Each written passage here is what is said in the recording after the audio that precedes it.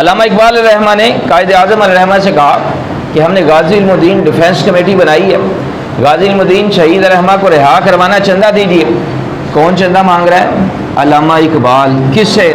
قائد اعظم علیہ الرحمہ سے۔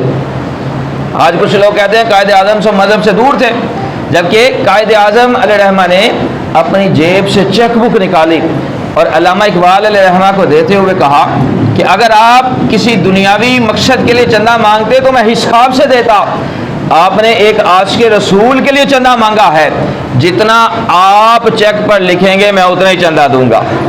یہ ہے محبت مصطفیٰ علیہ الصلوۃ والسلام۔ لوگ تو منہ پھٹ کہہ دیتے ہیں قائد اعظم مذہب سے دور تھے۔ نہ قائد اعظم مذہب سے دور نہیں تھے، بلکہ قائد اعظم علیہ الرحمہ تو مذہب کے نزدیک تھے۔ وہ بزرگان دین سے محبت کرنے والے تھے، وہ بزرگان دین کے نقش قدم پر چلنے والے تھے، آقا علیہ الصلوۃ والسلام کی ناموس کی حفاظت کرنے والے تھے۔